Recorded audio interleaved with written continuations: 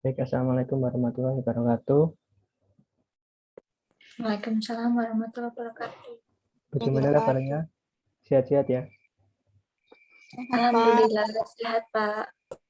Baik, sebelum dimulai, marilah kita berdoa. Sesuai yang kemana masing-masing, berdoa dimulai.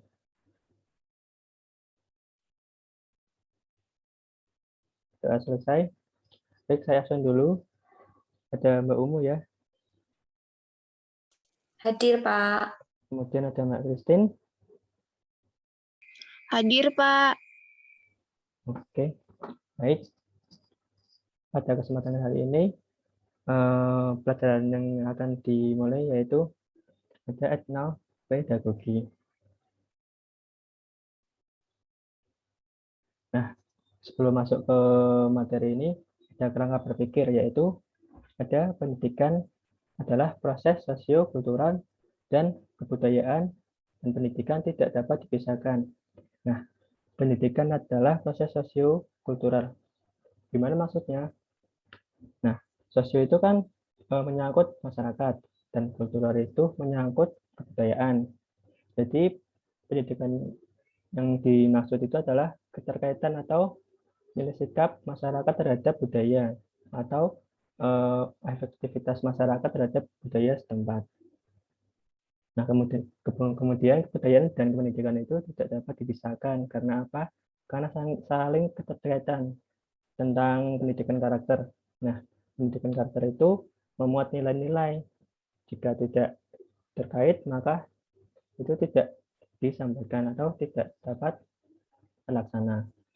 Kemudian masuk ke materinya, ada etnopedagogi. Etnopedagogi pada kurikulum 2013 dilandaskan pada Peraturan Menteri Pendidikan dan Kebudayaan Republik Indonesia Nomor 79 Tahun 2014 menjelaskan bahwa pembelajaran baik di tingkat sekolah dasar atau madrasah ibtidaiyah sampai pada sekolah menengah atas atau sekolah menengah kejuruan harus bermuatan lokal, yang merupakan bahan kajian atau mata pelajaran pada satuan pendidikan yang berisi muatan dan proses pembelajaran tentang potensi dan keunikan lokal yang dimaksudkan untuk membentuk pemahaman peserta didik terhadap keunggulan dan kearifan di daerah tempat tinggalnya. Nah, etnopedagogi adalah sebuah pendekatan dalam pendidikan yang menawarkan sebuah konsep berbasis budaya atau persisnya kearifan lokal. Berkaitan dengan ini, Al-Wasilah menyatakan bahwa kearifan lokal adalah potensi yang mesti diberi tafsir baru agar fleksibel untuk menghadapi tantangan zaman. Ia memiliki ciri-ciri: 1. Berdasarkan pengalaman, teruji secara empiris selama bertahun-tahun, dapat diadaptasi oleh budaya modern, melekat dalam kehidupan pribadi dan institusi, lazim dilakukan oleh individu dan kelompok, bersifat dinamis, dan terkait dengan sistem kepercayaan.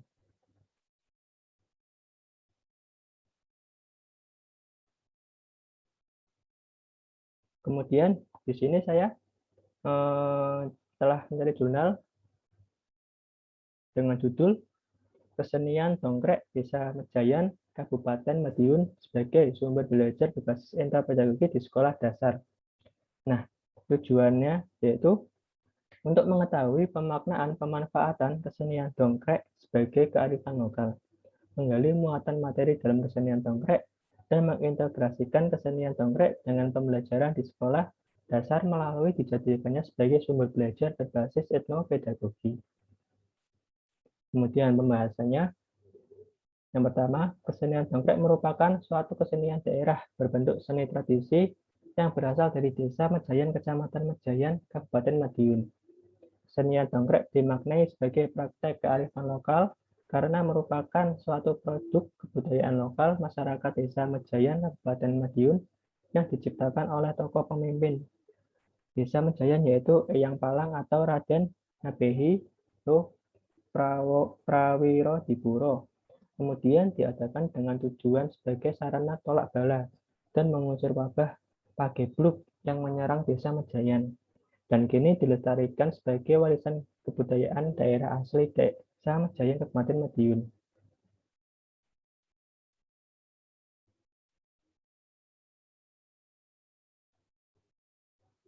Mengenai pengertian sumber belajar menurut Aslam, sumber belajar bukan hanya berupa alat dan materi belajar saja, melainkan segala hal yang bisa membantu siswa atau seseorang dalam belajar.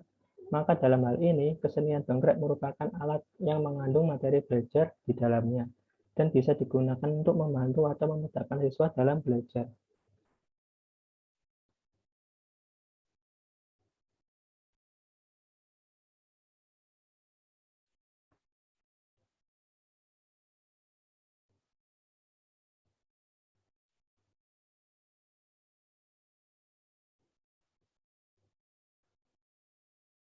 Nah, kemudian pada penggalian muatan materi dalam kesenian dongkrek, ditemukan beberapa muatan yang dapat diintegrasikan ke dalam pembelajaran terpadu di sekolah dasar sesuai dengan kurikulum 2013 yang berlaku. Misalnya, pada konsep bidang studi matematika, kesenian dongkrek ini memiliki beberapa unsur yang dapat dijadikan objek pengantar materi matematika di sekolah dasar. Contohnya, unsur topeng dongkrek yang dapat digunakan sebagai objek untuk mempelajari perihal bilangan cacah, menentukan bilangan cacah yang sesuai dengan banyaknya jumlah kumpulan objek, serta membandingkan bilangan cacah yang sesuai dengan banyaknya jumlah kumpulan objek. Dapat diketahui bahwa kesenian dongkrek merupakan produk kebudayaan yang kental unsur seninya.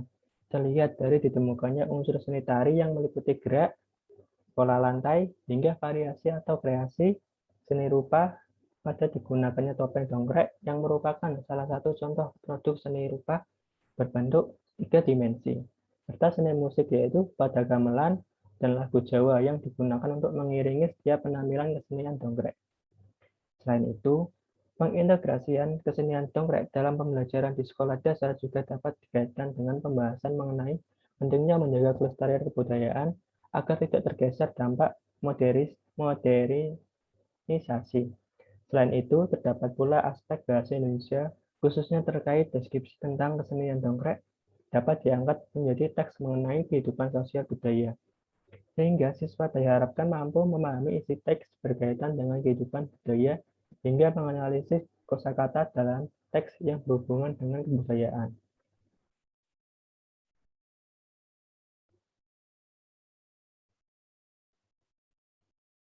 Kemudian, kesimpulannya, yang pertama, kesenian dongkrek dimaknai sebagai kearifan lokal karena merupakan suatu produk kebudayaan lokal masyarakat Desa Mejayan, Kabupaten Madiun yang diciptakan oleh tokoh pemimpin Desa Mejayan yaitu Eyang Palang atau Raden Nyabeyi Lo Prawiro. Kemudian diadakan dengan tujuan sebagai sarana tolak bala dan mengusir wabah pagebluk yang menyerang Desa Mejayan, dan kini dilestarikan sebagai warisan kebudayaan daerah asli Desa Mejayan, Kabupaten Madiun. Muatan materi yang terkandung di dalam kesenian dongkrek yaitu materi mengenai mata pelajaran matematika, SBDP, IPS, Bahasa Indonesia, Agama, dan PPKN. Muatan-muatan materi tersebut ditemukan dalam berbagai unsur dalam kesenian dongkrek, mulai dari sejarah, komponen-komponen pembentuknya seperti topeng, tari, musik, alur cerita, hingga makna, dan pesan yang disampaikan dari kesenian dongkrek. Dengan memanfaatkan kesenian dongkrek sebagai sumber belajar di sekolah dasar, maka pembelajaran akan lebih mudah dipahami oleh siswa karena sumber belajar yang digunakan bersifat konkret dan ada lingkungan sekitar siswa. Temuan muatan materi dan kesenian dongkrek tersebut dapat diintegrasikan dengan pembelajaran di sekolah dengan cara dijadikan sebagai sumber belajar berbasis etnopedagogi pada pelaksanaan pembelajaran terpadu sesuai kurikulum 2013.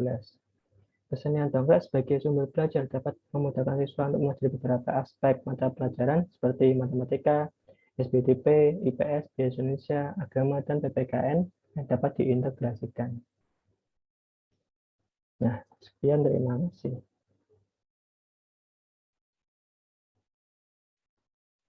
Tidak ada yang ditanyakan ya, sudah jelas? Jelas, Pak. Baik, kalau sudah jelas, nanti materinya bisa dibaca lagi. Sekian dari saya. Mohon maaf apabila ada kekurangan dan kesalahan. Wassalamualaikum warahmatullahi wabarakatuh. Berdoa sesuai agama masing-masing. Bisa dimulai. Terima kasih. Sekian. Terima kasih, Pak.